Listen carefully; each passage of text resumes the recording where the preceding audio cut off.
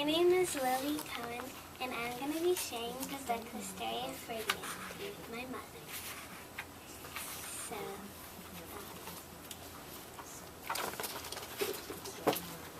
once upon a time in Spain, there was a little bull, and his name was Ferdinand.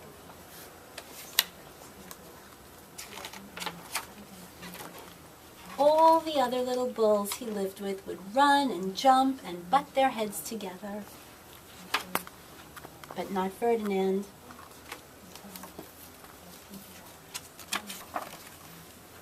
He liked to sit just quietly and smell the flowers. He had a favorite spot out in the pasture under a cork tree. It was his favorite tree, and he would sit in its shade all day and smell the flowers. Sometimes his mother, who was a cow, would worry about him. She was afraid he would be lonesome all by himself. "Why don't you run and play with the other little bulls and skip and butt your head?" she would say, but Ferdinand would shake his head. "I like it better here where I could just sit quietly and smell the flowers." His mother saw that he was not lonesome, and because she was an understanding mother, even though she was a cow, she let him just sit and there be happy. As the years went by, Ferdinand grew and grew until he was very big and strong. All the other bulls who had grown up with him in the same pasture would fight each other all day. They would butt each other and stick each other with their horns. What they wanted most of all was to be picked to fight at the bullfights in Madrid. But not Ferdinand. He still liked to just sit quietly under the cork tree and smell the flowers.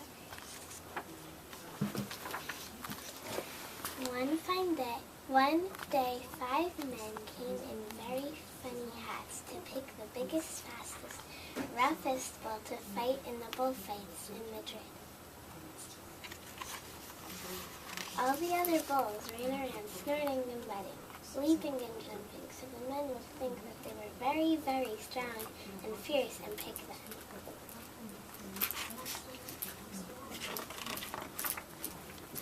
Ferdinand knew that they wouldn't pick him, and he didn't care, so he went out to his favorite cork tree to sit down. He didn't look where he was sitting, and instead of sitting on the nice cool grass in the shade, he sat on a bumblebee. Well, if you were a bumblebee and a bull sat on you, what would you do? You would stink him, and that's just what this bee did to Ferdinand. Wow, did it hurt? Ferdinand jumped up with a snort. He ran around puffing and snorting, butting and pawing the ground as if he was crazy. The 5 men saw him, and they all shouted with joy. He was the largest and fiercest bull of all, just the one for the bullfights in Madrid.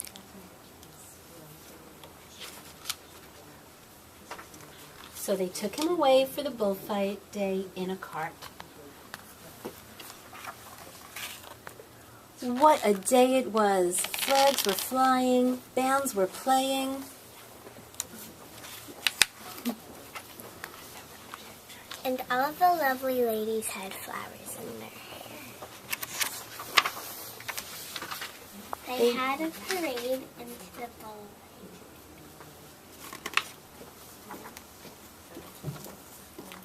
First came the banderilleros with long, sharp pins with ribbons on them to stick in the bull and make him mad.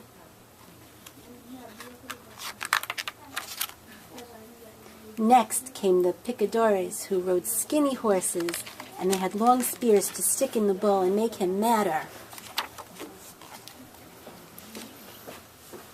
Then came the matador, the proudest of all.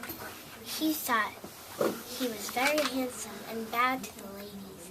He had a red cap and a sword and was supposed to stick the bull last of all. Then came the bull, and you know who that was, don't you? Ferdinand.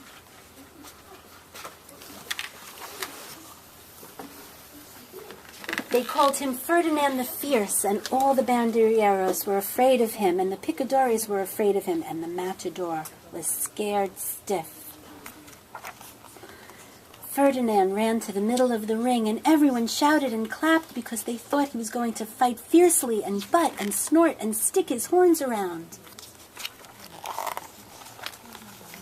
But not Ferdinand. When he got to the middle of the ring, he saw the flowers and all the lovely ladies' hair, and he just sat down quietly and smelled.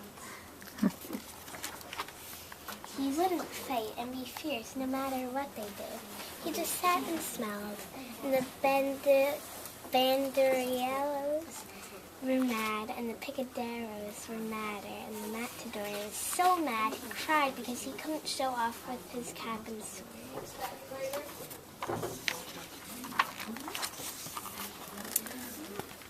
So they had to take Ferdinand home. And for all I know, he is sitting there still, under his favorite cork tree, smelling the flowers just quietly. He is very happy. The end. Great job.